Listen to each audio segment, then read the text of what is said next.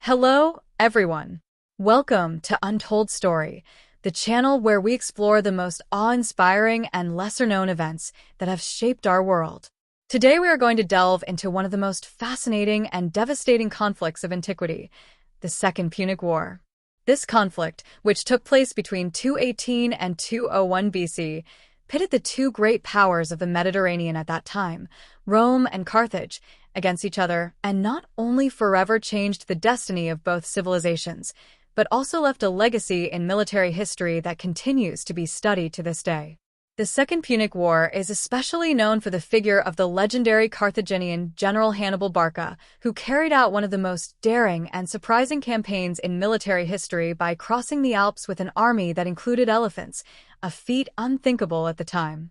However, the story of this war is much more than Hannibal's journey. It is a narrative of strategies, sacrifices, betrayals, and rivalries that shaped the course of ancient history. The Second Punic War was largely the consequence of unresolved tensions following the First Punic War, which was fought between 264 and 241. In that first war, Rome had managed to wrest control of Sicily from Carthage, also imposing harsh economic conditions and humiliating restrictions. Although Carthage managed to recover economically, largely thanks to the expansion of its rule in Hispania, resentment towards Rome was still latent, especially in the Barca family. Hamilcar Barca, Hannibal's father and a brilliant general, instilled in his son a deep hatred of Rome and an implacable determination to avenge the humiliation suffered by his country. According to the ancient chronicles, Hamilcar took Hannibal, still a child, to the altar of the gods and made him swear that he would never be a friend of Rome. This oath would seal Hannibal's fate and propel him to seek the destruction of the Roman Republic. The Second Punic War officially began in 218 BC, but tensions had been brewing for some time. The spark that ignited the conflict was the siege of Saguntum, a city allied with Rome on the east coast of Hispania, which was attacked and destroyed by Carthaginian troops under Hannibal. For the Romans, this attack was a direct violation of the terms of the treaty signed at the end of the First Punic War, which gave them the pretext to declare war on Carthage. What follows is one of the most fascinating stories of antiquity. Rather than confront Rome directly in the Mediterranean, where the Roman navy was superior, Hannibal decided to adopt a bold and surprising strategy: invade Italy by land. In one of the most extraordinary feats in military history, Hannibal led his army from Hispania, crossing the Pyrenees and eventually the Alps in the dead of winter. This crossing of the Alps was a feat in itself. The terrain was inhospitable, the weather conditions were extreme, and hostile local tribes made it difficult to advance. Hannibal lost a large part of his army on this journey, including many of his famous war elephants, but his determination did not waver. When he finally managed to descend to the Italian plain, the Romans were stunned.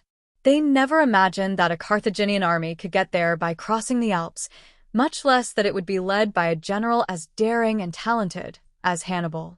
This strategic surprise was key to Hannibal's first victories in Roman territory.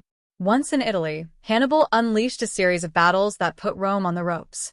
In the year 216, one of the most celebrated and devastating battles in ancient history was fought, the Battle of Cannae. In this battle, Hannibal used a brilliant envelopment tactic, managing to completely surround the Roman legions and annihilate them. It was one of the worst defeats in Rome's history, with more than 50,000 Roman soldiers killed in a single day. Hannibal's victory at Cannae was so shocking that many of Rome's allies in the Italian peninsula began to defect and join Carthage, believing that Rome's defeat was inevitable. However, despite his impressive success on the battlefield, Hannibal never managed to take the city of Rome. As the war dragged on, the Romans began to adopt a strategy of attrition.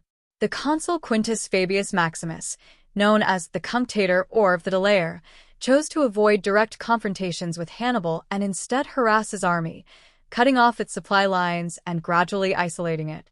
Although this strategy was unpopular with many Romans who considered it cowardly, it proved to be effective in the long run.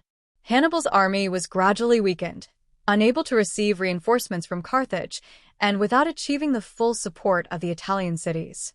Meanwhile, Rome did not remain dormant on other fronts. In Hispania, the Romans, under the command of the Scipio family, launched a successful campaign against the Carthaginians, wresting control of this key region from them.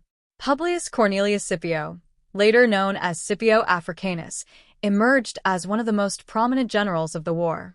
Scipio not only defeated the Carthaginians in Hispania, but also began planning a direct attack on Carthage. Scipio understood that the key to defeating Hannibal in Italy was to force him to return to Africa, and to achieve this, he decided to take the war to the heart of Carthage. Finally, in the year 202, Scipio launched an invasion of Africa. Hannibal, who had spent more than 15 years in Italy, was forced to return to Carthage to defend his hometown. The decisive battle was fought at Zama, near Carthage. On this occasion, it was Scipio who showed his tactical superiority, using a combination of cavalry and maneuvers to defeat Hannibal on the battlefield. The Battle of Zama was Hannibal's final defeat and marked the end of the Second Punic War. The peace treaty that followed was extremely harsh on Carthage.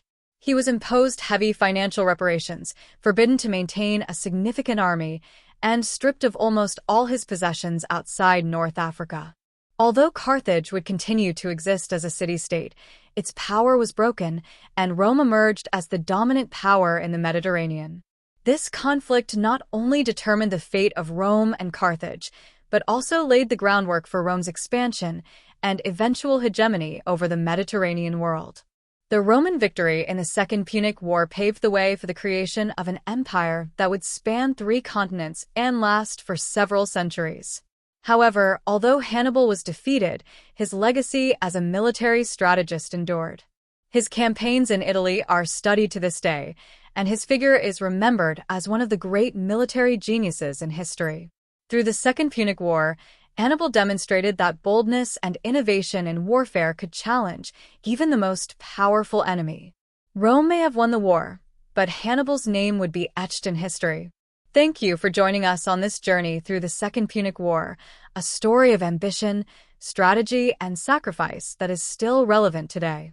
If you enjoyed this episode, don't forget to subscribe and activate the bell for more revealing stories here in Untold Story.